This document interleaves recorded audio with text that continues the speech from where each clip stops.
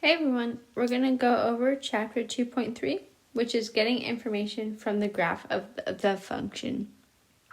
So here we have an example. Function t gives the temperature from noon to 6 p.m. So we want to find T1, T3, and T5.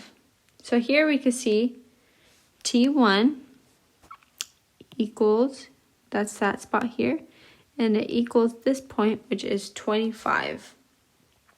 Our T3 is here, and we can see that equals 30.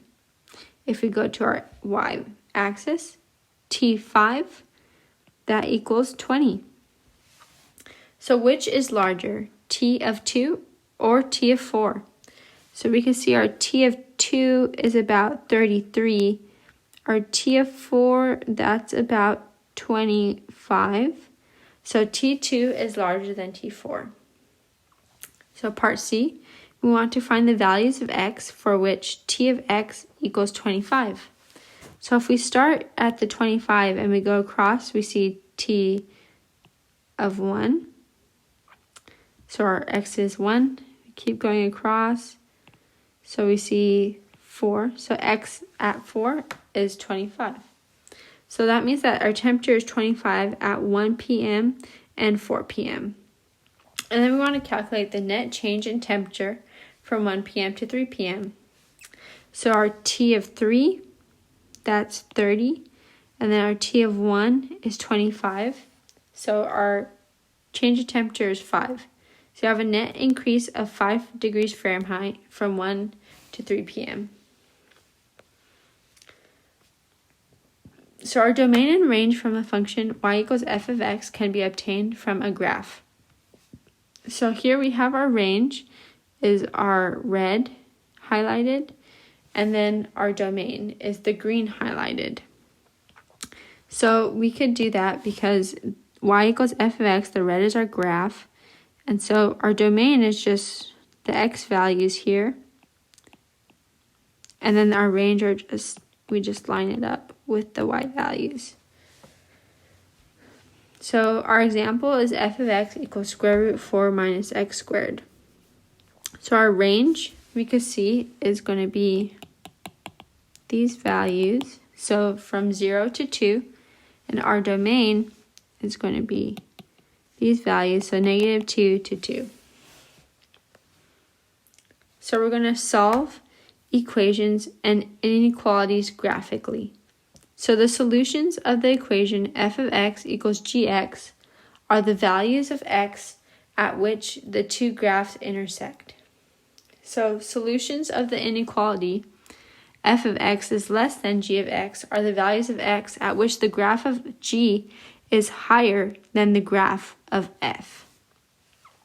So here we have our first example of when they're equal. So the solutions of f of x equals gx are a and b, because that's here where they intersect, and those are x values. And then the solution of f of x is less than g of x is the interval a, b, and that's not including the points where they intersect. And so we're looking for when g of x is greater than f of x. So our g is this one, and that's when it's higher than our graph of x. So we're going to solve this equation or inequality graphically. So we have 2x plus 3 equals 5x plus 6. So our f of x is 2x plus 3, and our g of x is 5x plus 6. So when we graph those, you could graph them on Desmos. I just have them graphed here on our paper. So we have, when they intersect, we have x equals 0.5 and x equals 3. Okay, here we have 2x plus 3 is less than or equal to 5x plus 6. So our f of x is 2x plus 3 and our g of x is 5x plus 6. So they intersect here and here. So we're looking for the values. Really, it's supposed to intersect over here, but my graph isn't the best drawing. So we want to find the values for which g of x, which is the straight line, is higher than the parabola. So our x values are from here to here. The g of x is higher than our f of x. So that's negative 0.5, and then that's 2, 3.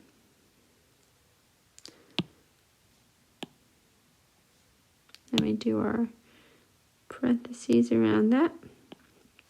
And that's because up here, the solution of fx less than g of x, it's going to be the bracket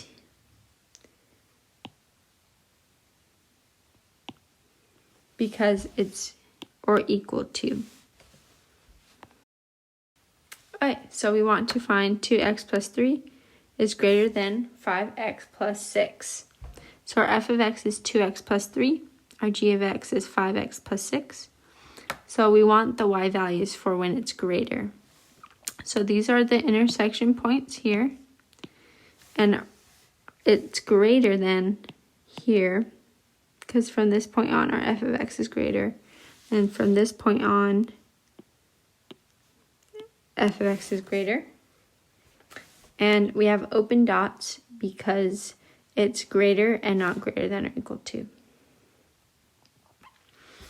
Alright, so we have x cubed plus 6 equals 2x squared plus 5x. And here we're going to find the solutions. So we're going to go ahead and move terms to the left-hand side. And we have f of x equals x cubed minus 2x squared minus 5x plus 6. So we go ahead and graph that, and you could graph that using Desmos if you want. And our solution points are the parts where it touches the x-axis. So x equals negative 2, 1, and 3. If we didn't want to graph x cubed plus 6 and 2x squared plus 5x separately and find the intersections, we could just move terms over. And then x cubed plus 6 is greater than or equal to 2x squared plus 5x. So here we graph it again, and we have, we want to find the values for which f of x is greater than or equal to 0. Because when we move terms over, we have x cubed plus 6 minus 2x squared minus 5x, and then it's like that. So our f of x is greater than or equal to 0 for x values here, going this way because we're above the x-axis. And then here, there's a short period where we're above. So that's going to be the interval from negative 2 to 1, and then 3 to infinity. And we have a parenthesis around the infinity symbol.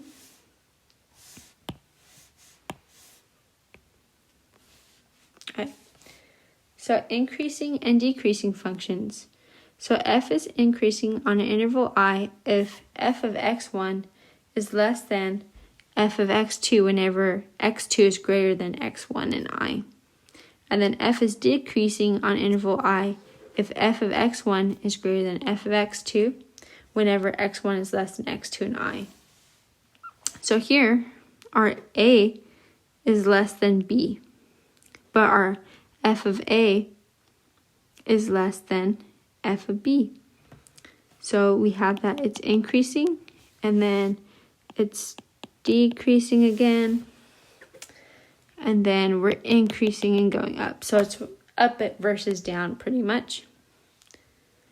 So here's a graph. Our x1 is less than x2, and our f of x1 is less than f of x2. So that's increasing, decreasing. Our x1 is less than x2, but our f of x1 is greater than f of x2, so it's decreasing. Alright. So here we sketch a graph of f of x equals 12x squared plus 4x cubed minus 3x to the fourth. So we use a graphing utility. So you could use Desmos or a graphing calculator. I just drew it here. So we want to find the domain and range. So our domain of f is R, and that's defined for all real numbers because we could plug in any value for x in this case. And then the range is our highest value. So looking on the graph, we can see that our highest value is when f is 2. So this is 2 here. So that's that point. So our range, it goes from negative infinity all the way down here. These y values are negative infinity. They go down to negative infinity here. And then it goes all the way up to 32. That's where it stops. But our range keeps going down. So our domain is real values. As we can see on this graph, there's no holes. So it's good for all x's. And then our range is negative infinity to 32.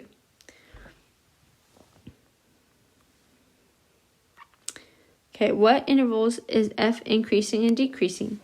So from the graph, we can see that it's increasing from negative infinity to about like -1. And then from 0 to 2, it's increasing. From there, it's decreasing from like this -1 to 0. And then 2 to infinity, it starts decreasing. So we could find the local maxima and minima of a function as well. So a function value f of a is a local max value of f if f of a is greater than or equal to f of x when x is near a. So a function value f of a is a local min value of f if f of a is less than or equal to f of x when x is near a. So here we can see these are our local maxes. So it's basically the highest point of the graph.